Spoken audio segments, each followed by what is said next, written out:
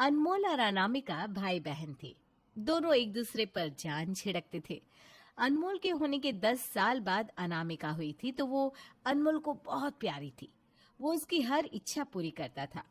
अपने mummy papa से छुपकर उसकी हर जिद पूरी करता था। भैया, मुझे कॉलेज ट्रिप पर जाना है। 25,000 चाहिए। मम्मी ने तो मना कर दिया। पर आप तो मेरे अच्छे भैया हो ना, आप थोड़ी ना मना करोगे। इतना कहकर वो उसका एटीएम कार्ड उठाकर जाने लगती है। अनमोल उसे रोकता है। अरे रुक तो, ऐसे कैसे चलती कार्ड लेकर? पूछेगा कौन? हाँ। अनामिका डर जाती है कि शायद भैया आज गुस्से में है। वो डरते डरते उसका कार्ड वापस करने लगती है। अरे डर मत, इस कार्ड में लिमिट खत्म हो गई है। ये ले जा दूसरा वाला। और हाँ, 25,000 नहीं, 40,000 निकाल लेना। और भी तो खर्चे होंगे ना तेरे। ये सुनकर अनामिका खुशी के मारे उछल पड़ती है और अनमोल को गले लगा लेती है। चल चल, मक्खन मत लगा, जाकर चाय बना कर लेकर आ। मुझे अपना असाइनमेंट पूरा करना है। वो चाय बनाने चली जाती है और अनमोल अपने काम में लग जाता है। बस दोनों में ऐसी ही नोक झोंक भी चलती थी और प्यार भी बहुत था। एक दिन सब बैठकर बातें कर रहे थे कि अब अनामिका की शादी कर देनी चाहिए। भाई वैसे तो अनमोल बड़ा है, पहले उसकी शादी होनी चाहिए। बात तो सही है, पर ये तैयार कहाँ है? भैया कर लो ना शादी, मैं भी कुछ दिन भाभी के साथ रहूंगी ना। नहीं, बिल्कुल नहीं। शादी तो पहले तुम्हारी होगी और इस बात पर अब मैं कोई बहस नहीं चाहता। फिर तो इसके आगे कोई कुछ नहीं कह पाता और अनामिका के लिए लड़के की तलाश चालू हो जाती है। जल्द ही एक अच्छे घर में उसका रिश्ता तय कर दिया जाता है। शुरू शुरू में तो सब अच्छा होता है, पर फिर धीरे धीरे पता चलता है कि साहिल, अनामिका का पति, बहुत ही गुस्से वाला इंसान है। उसे बहुत ही छोटी छोटी बातों पर गुस्सा आ जाता है। एक दिन अनामिका के घर पर। अनामिका, मैंने कहा था कि सोफे की जगह मत बदलना। तुमने ये सोफा यहाँ से क्यों हटाया? अनामिका डरते डरते जवाब देती है। वो उस तरफ पंखे की हवा नहीं आती है ना, इसलिए यहाँ कर दिया। अच्छा, एक तो मैडम को पंखे की हवा खानी है, सारा दिन घर पर पलंग ही तो तोड़ती हो, करती क्या हो? सोफा जहां था वापस वहीं रख दो। अनामिका डरते डरते सोफे वापस रख देती है। कुछ दिन वो अपने घर पर बिल्कुल नहीं बताती कि उसके साथ ससुराल में क्या हो रहा है। एक दिन अनामिका की मम्मी साहिल को खाने पर बुलाने के लिए फोन लगाती है, पर वो फोन उठाता ही नहीं। तो वो अनामिका को लगाती है। मैंने दामाद जी को फोन लगाया था पर उन्होंने उठाया ही नहीं। मैं चाह रही थी कि तुम दोनों आज हमारे यहाँ खाने पर आ जाओ। अच्छा, इन्होंने फोन नहीं उठाया। मैं पूछती हूँ। अनामिका फोन चालू रखकर साहिल से पूछती है कि उसने फोन क्यों नहीं उठाया। साहिल भड़क जाता है और उसे ये पता ही नहीं था कि फोन चालू है। मैं यहाँ खाली नहीं बैठा, बहुत काम है मेरे पास। तुमसे तो कुछ होता ही नहीं। वो बोले जा रहा था तो अनामिका जल्दी से दूसरे कमरे में आ जाती है, पर तब तक उसकी मम्मी सारी बातें सुन चुकी थी। ये क्या सुना मैंने अनामिका? ये कैसे बात कर रहे थे तुझसे? ऐसे ही करते हैं या आज पहली बार हुआ है?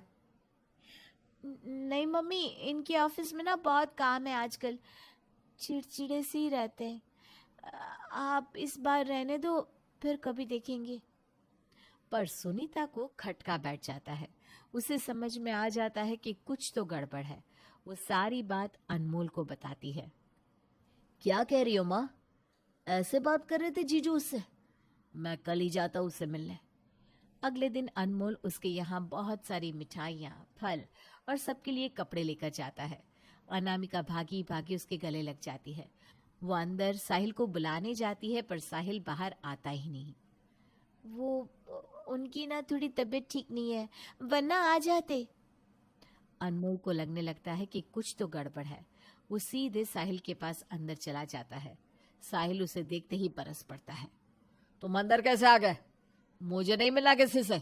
एक तो कुछ दिया नहीं और बस आप घर में घुसे चले आओ। ज्यादा प्यार आ रहा है ना अपनी बहन पर तो ले जाओ उसे अपने साथ ही।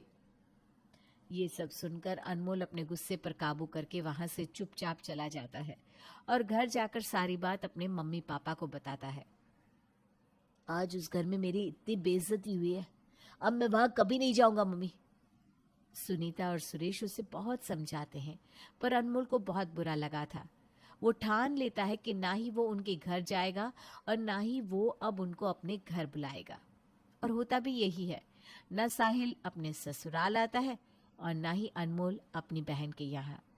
जल्द ही अनमोल की भी शादी हो जाती है। शादी में अनामिका अकेली आती है। साहिल उसके साथ नहीं आता। अनामिका एक रात रुकती भी नहीं। उसे साहिल ने उसी रात वापस आने को जो बोल दिया था। शादी के अगले अनमोल की पत्नी स्मिता जब अनामिका को नहीं देखती तो वो उसके बारे में पूछती है, मम्मी जी दीदी कहाँ है? अनमोल और सुनीता को समझ में नहीं आता कि क्या जवाब दे। वो अनसुना कर देते हैं। कल जीजा जी भी नहीं दिखे, अकेली ही आई थी क्या दीदी? अरे नहीं नहीं, वो आए थे ना, उनको ज़्यादा भीड़ पसंद नहीं है ना, थोड़ा कमरे में रहना पसंद करते हैं, तो बस वहीं आराम कर रहे थे। स्मिता आगे कुछ नहीं पूछती और अपने काम में लग जाती है। जल्द ही भाई दूज आती है। मम्मी, आज हम दीदी के यहाँ जाएंगे या वो आएंगी? अनमोल को समझ में नहीं आता कि क्या जवाब दे। देखो मुझे बहुत काम है ऑफिस में, मैं तो नहीं आ पाऊंगा, तुम देख लो भाई। अरे ये क्या बात हुई, भाई दूज पर अपनी बहन के यहाँ नहीं जाओगे? अरे कोई बात नहीं, उसे काम होगा, मैं उसे ही बुला लेती हूँ। लाइए मम्मी जी, दीदी से मैं ही बात करती हूँ। स्मिता बड़ी खुशी खुशी अनामिका को फोन लगाती है। अब हाँ हाँ जरूर आऊंगी, हम दोनों आएंगे। अनामिका बहुत खुश होती है कि भाभी ने फोन किया, क्योंकि अनमोल ने तो उससे बात करना ही बंद कर दिया था। वो साहिल को साथ चलने के लिए कहती है, पर हमेशा की तरह वो मना कर देता है। फिर वो भी अपने भाई के यहाँ नहीं जाती, क्योंकि अकेली जाती तो बातें होती। तो शादी के बाद पहली भाई दूज पर न अनमोल उसके यहाँ गया और न ही अनामिका अपने मायके आई। अब स्मिता को खटका होने लगता है। वो अपनी सास से बात करती है। माँ जी सच सच बताइए क्या बात है? भाई दूज जैसे त्योहार पर भाई बहन एक दूसरे का शगुन भी ना करे, ये तो सही बात नहीं है। ये सुनकर सुनीता की आंख में आंसू आ जाते हैं। वो अपनी बहू को पूरी बात बताती है।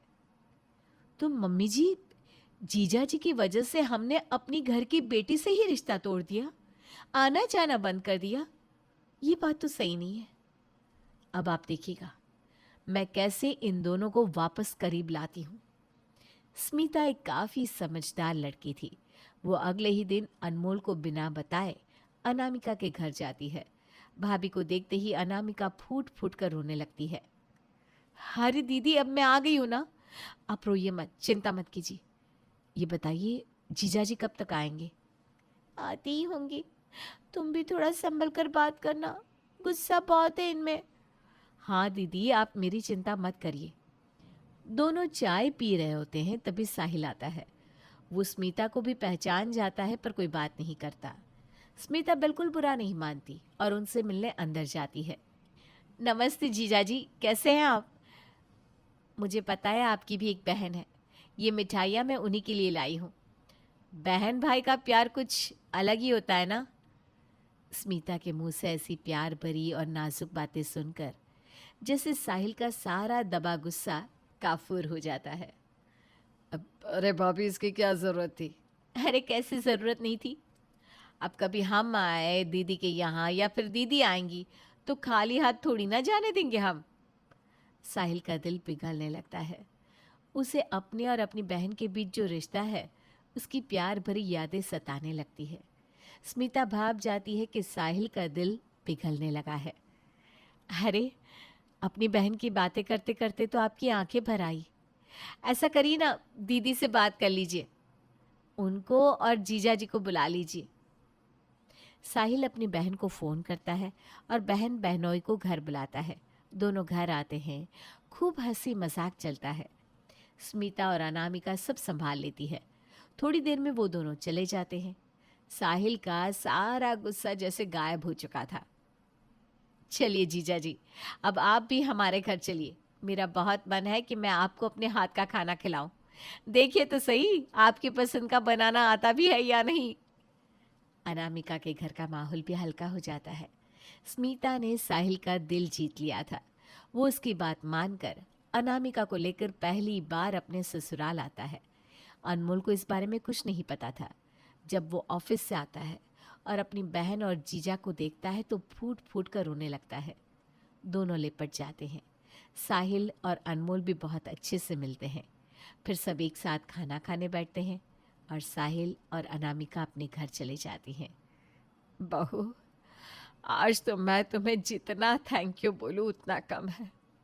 तुमने भाई बहन के बीच की दूरियां मिटा दी। सिलगुरी शहर में नीता जी अपने पति मुकेश और बेटे अनंत के साथ रहती हैं। यूं तो नीता जी बहुत ही मॉडर्न और आउटगोइंग है। Jeans, skirts, high heels, noodle strap blouses और क्या कुछ नहीं पहनती वो। पर एक चीज से उन्हें बेहद खौफ है, नजर। वो दिन भर कुछ न कुछ टोटका पूछती या करती रहती, जिससे उसके और उसके परिवार को नजर ना लगे। अरे वो तो काजल भी मोटा सा पहनती थी आंखों के नीचे। कोई देखेगा तो सोचेगा कि बेचारी रो रो कर आई है। आया ना चक्कर सुन के। अब सोचिए घर वालों का हाल क्या होगा। चलिए आइए दिखाई देते हैं आपको एक दिन। आनंद, अरे ओ आनंद, यहाँ तो आना। ओफो मम्मी, मैं अपने लिए घड़ी देख रहा हूँ। क्या हुआ अब? तेरे लिए लड़की देखी है मैंने। लड़की? मेरे लिए? हाँ, आया मम्मी। और आनंद दौड़ा दौड़ा अपनी माँ के पास आता है।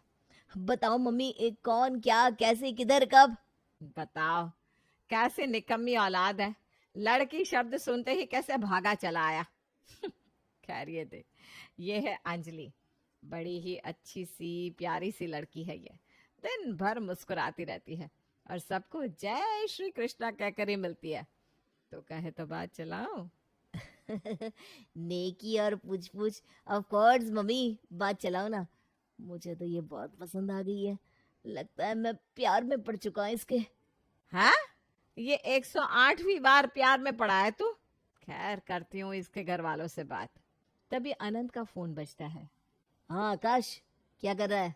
अच्छा, अरे मैं तो तेरी भाभी। अनंत चुप हो जा। याद नहीं मैंने तुझे क्या समझाया था? अरे मम्मी, आकाश ही तो है, भाई जैसा है वो। जो भी हो, कोई जरूरत नहीं है किसी से कुछ भी बताने की, जब तक मैं ना बोलूं। अच्छा अच्छा, ठीक है। फिर अनंत चला जाता है अपने दोस्तों से मिलने। अरे आनंद, तूने बताया नहीं कि क्या कर रहा था।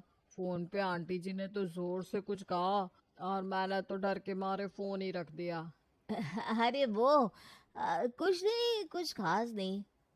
वो बता ना। अरे क्या भाइयों को भी नहीं बताएगा क्या तू? अरे ऐसी कोई बात नहीं है हो रही, बस मम्मी ने मना किया है बताने से। ठीक है ना, बता, हमें क्या, हम भी आज से तुझसे बातें छुपाएंगे। हाँ अच्छा अच्छा ठीक है, बताता हूँ मैं ना संडे को एक लड़की से मिलने जा रहा हूँ। बहुत ही प्यारी है वो। उसका नाम अंजलि है। सुना है बहुत सुंदर, सुशील और सुलझी हुई लड़की है। और स्माइल तो। अरे फोटो दिखाना भाभी का। अब क्या जुबान ही पूरा स्केच बना देगा। अनंत अपने इंस्टाग्राम से उसका फोटो दिखाता है। मस्त है यार। काश ये मेरी नहीं तेरी भाभी होती। अरे चुप कर, वरना दूंगा उल्टे हाथ का खींच के। अरे अरे मजाक कर रहा हूँ यार। चल मिलते हैं। हाँ, और इसी के साथ आकाश और ओरी वहां से चले जाते हैं। थोड़ी देर बाद अनंत घर पहुंचता है, जहां उसकी माँ कहती है, अनंत देख क्या हुआ है। हाय, ये अनहोनी हमारे साथ ही होनी थी भगवान। क्या हुआ मम्मी? पापा को कुछ हो गया क्या? पापा, पापा! अरे चुप कर नालायक, मैं ठीक हूँ। अरे अनंत बेटा, वो अंजलि वो भाग गई घर से। अब शादी कैंसल। है? पर ऐसे कैसे माँ? जरूर किसी की नजर लगी है। तू सच सच बता, तूने किसी को भी बताया था क्या उसके बारे में? ये तेरी ही करतूत है, मैं जानती हूँ। अरे माँ, किसी को भी नहीं। क्या कह रही हो तुम?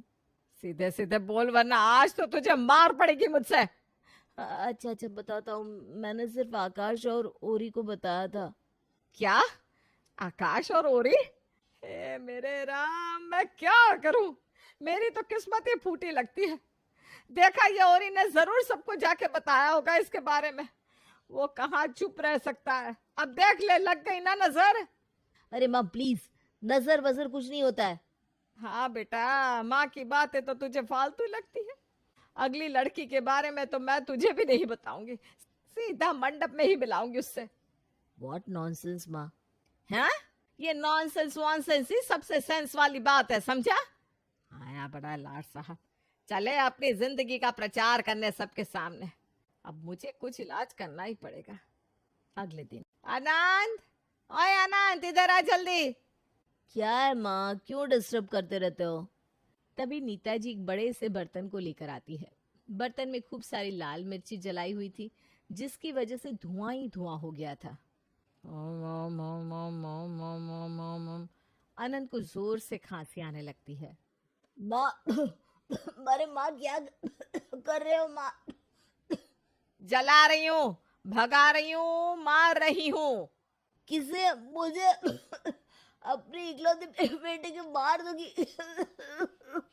अरे नजर को, बुरे साये को, काले जादू को, टोना टोटका को। माँ ऐसा कर दे रही तो मुझे ही मार दोगी। नेताजी फिर भी बाज नहीं आती। कभी नमक का उपाय, कभी नींबू मिर्ची का टोटका, या फिर पंडित जी से इलाज करवाना। नीताजी वो सब करती जिससे नजर ना लगे। एक दिन, सुना नंद, तेरी शादी फ्राइडे को है, तैयार हो जाना और टाइम पर आ जाना। मेरी क्या? शादी। और ऐसे हो जाती है अनंत की शादी। भला किससे? अंजलि से?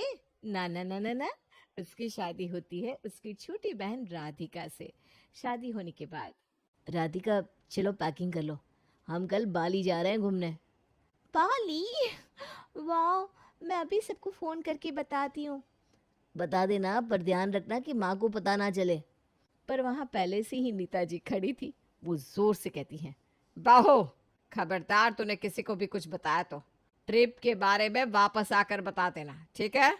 अभी ऐसा तो नहीं है कि कोई तुझे कुछ फ्री में रहना या खाना पीना देगा। फ्री में आएगा तो वो है नजर। ओहो माँ जी, कैसी बातें कर रही हो आप? नजर वजर ना कुछ नहीं होता। वैसे भी अगर नजर इतना ही कुछ नुकसानदायक होता तो हमारी शादी में कुछ गड़बड़ नहीं होती क्या? हुई थी, पर तुम्हारे बाबूजी ने बताने से मना किया था। पहले वाले पंडित जी ने लास्ट मिनट कैंसिल कर दिया था। कोई मिसेस अंबानी की शादी पर बुलाया था उन्हें, और हलवाई भी लास्ट मिनट पर बीमार पड़ गया था। तो हम पूरा समय नया पंडित और नया हलवाई ढूंढ रहे थे। तुम लोगों को भनक नहीं लगने दी, वरना तुम लोग परेशान हो जाते। खैर, नजर से बच के रहो राधिका बहू। आई डोंट केयर, मेरी खुशी है, मैं तो सबको बताऊंगी। और ये कहते कहते राधिका अपने इंस्टाग्राम स्टोरी पर अपने टिकट्स के फोटो डालकर लिखती है, गोइंग टू बाली। और ये हो गई अपलोड। बस 5 दिन इन बाली।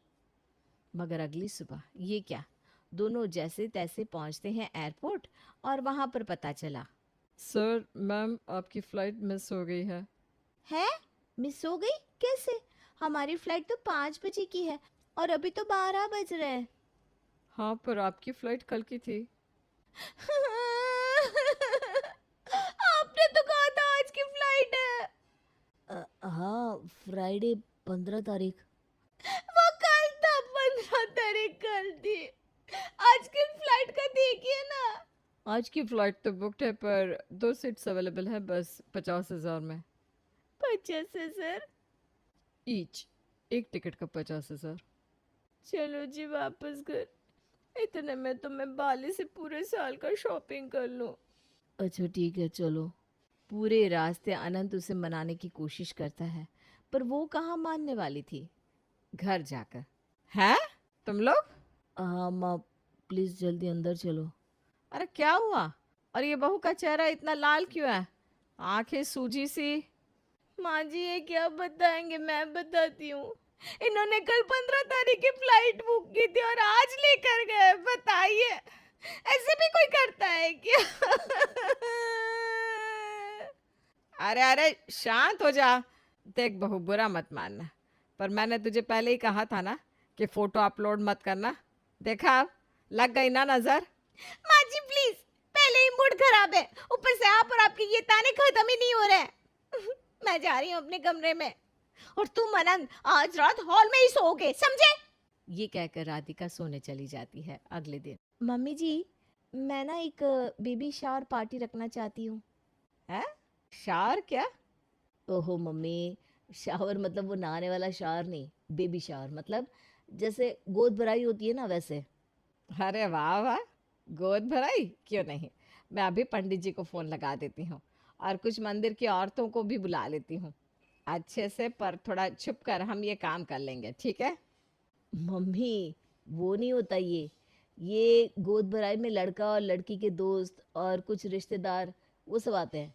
हम सब पार्टी करते हैं और सब होने वाली माँ और बच्चे को गिफ्ट देते हैं। अरे ना ना ना बेटा, प्लीज ये सब मत करना। इतना स्ट्रेस बहू के लिए अच्छा नहीं है, और दुनिया को इतना जतलाने की अभी कोई ज़रूरत नहीं है। एक बार बच्चा हो जाए फिर कर लेना जितना पार्टी वार्टी करना हो। ओफो मम्मी जी, आपको तो हर बात में हमेशा ना ना ही बोलना होता है। आप कभी किसी चीज़ में हामी क्यों नहीं भर सकती हैं? और बच्चे के आने के बाद मैं उसका डायपर बदलूं या अपने दोस्तों के साथ एंजॉय करूं? इस बारे में मैं आपकी एक नहीं सुनने वाली हूँ। मैं ये पार्टी रख रही हूँ एंड दैट्स फाइनल। और इसके आगे नीता क्या ही बोलती। दोनों बहू बेटी की खुशामदी की प्रार्थना करते हुए वो हाँ में सर हिलाकर चली जाती है। 2 हफ्ते बाद दोनों एक शानदार पार्टी रखते हैं जिसमें वो कई लोगों को बुलाते हैं। पार्टी में ओहो राधिका, ग्लो तो देखो, लगता है लड़का होगा। हट पगली, हमें तो लड़की चाहिए, राधिका जैसी सुंदर। काश मेरी भी गोद भराई हो जाए जल्दी। हाँ हाँ, जल्दी भर जाएगी, डोंट वरी। वैसे राधिका, तुमने बच्चा थोड़ा जल्दी नहीं कर लिया? वो क्या है ना, ये प्लान नहीं था इसलिए जल्दी हो गया, वरना मैं और अनंत तो अगले 2 साल तक बेबी का प्लान ही नहीं करने वाले थे। ऐसे ही पूरी शाम राधिका घूम घूम के सबसे मिलती है, सबके साथ फोटो खिंचवाती है और सबके हाथों से केक भी खाती है। पार्टी खत्म होने के बाद, वाह क्या पार्टी थी ना आनंद, मज़ा ही आ गया। हाँ सच में, पार्टी बहुत अच्छी रही। काश मम्मी जी और पापा जी भी आते, पर क्या करें, वो तो अपनी नज़र वाली बात पर ही टिके हुए हैं। कोई बात नहीं यार, छोड़ो, चलो अभी हम सोने चलते हैं। कुछ दिनों के बाद राधिका कुछ पढ़ रही थी कि अचानक ये गीला गीला क्या महसूस हो रहा है? तभी नीता जी भी वहाँ आती है। ये ले बहू, ये क्या हुआ है बहू? बहू, माँ जी, मैं मैं हिल नहीं पा रही हूँ, क्या हुआ है? बहू ये खून। ए जी सुनते हो, राधिका को हॉस्पिटल लेकर चलो जल्दी, और आनंद को फोन लगाओ। सब हॉस्पिटल भागते हैं, जहाँ पर पता चलता है कि राधिका का बच्चा गिर गया। ये सुनकर सभी हैरान हो जाते हैं। अंदर राधिका भी पेशेंट रूम में रो रही थी। ये क्या हुआ? ऐसे कैसे हुआ मम्मी पापा? मैं क्या करूं? मेरा तो घर पहले ही उजड़ गया। मम्मी जी ये क्या हुआ? भगवान ने मेरी को क्यों सुनी कर दी? ऐसे कैसे हो सकता है? हौसला रखो बच्चों, इतना मत सोचो। नीता तुम कुछ बोलते क्यों नहीं? मैं क्या ही बोलूं, यहाँ सब अपने आप को ज्ञानी मानते हैं।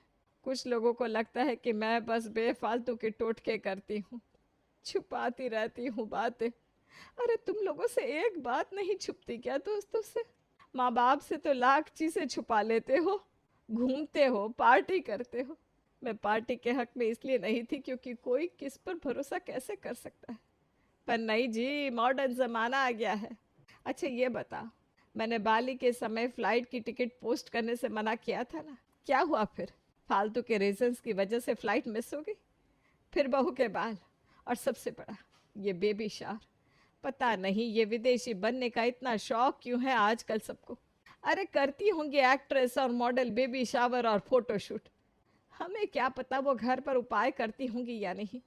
और मुझे तुम लोग हमेशा नज़र वज़र कुछ नहीं होता कहकर चुप करा देते हैं। मैं माँ हूँ और तुम लोग मुझे चुप कराते हो, तो लो हो गई चुप। ये सुनकर अनंत और राधिका की आंख में होते हैं आंसू। मुझे माफ कर दीजिए मम्मी जी, मैं समझ गई अपनी गलती। माँ मुझे भी माफ कर दो, हमें समझ में आ गया कि नजर वजर सब कुछ होता है। नीता दोनों के आंसू पोंछती है और उनका हाथ पकड़कर कहती है, अनंत, राधिका, मैं कभी तुम दोनों का बुरा नहीं चाहूंगी, खास करके तुम्हारा राधिका। नजर ना लगे बहू।